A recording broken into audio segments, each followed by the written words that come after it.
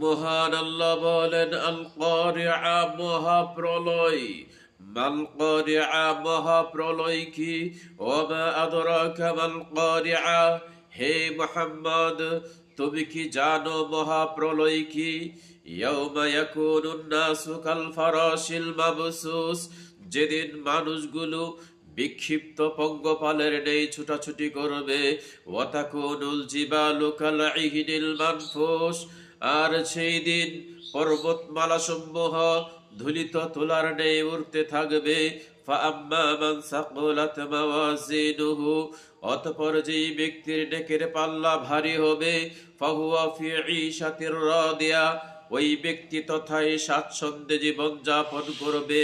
ওয়া আম্মা মান খাফফাত মাওয়াজিনুহু, অতঃপর যেই ব্যক্তির নেকের পাল্লা হালকা হয়ে যাবে, গুনার পাল্লা ভারী হবে, ফাউম্মুহু হাবিয়া, তার ঠিকানা হচ্ছে হাবিয়া। ওয়া মা আদরাকা মা হিয়া, তুমি কি জানো, তুমি কি বলতে পারো সেটা কি? নারুন হামিয়া, সেটা হচ্ছে উত্তপ্ত জ্বলন্ত আগুন। জাহান্নাম বলতে জ্বলন্ত উত্তপ্ত আগুনকে বোঝানো হয়েছে।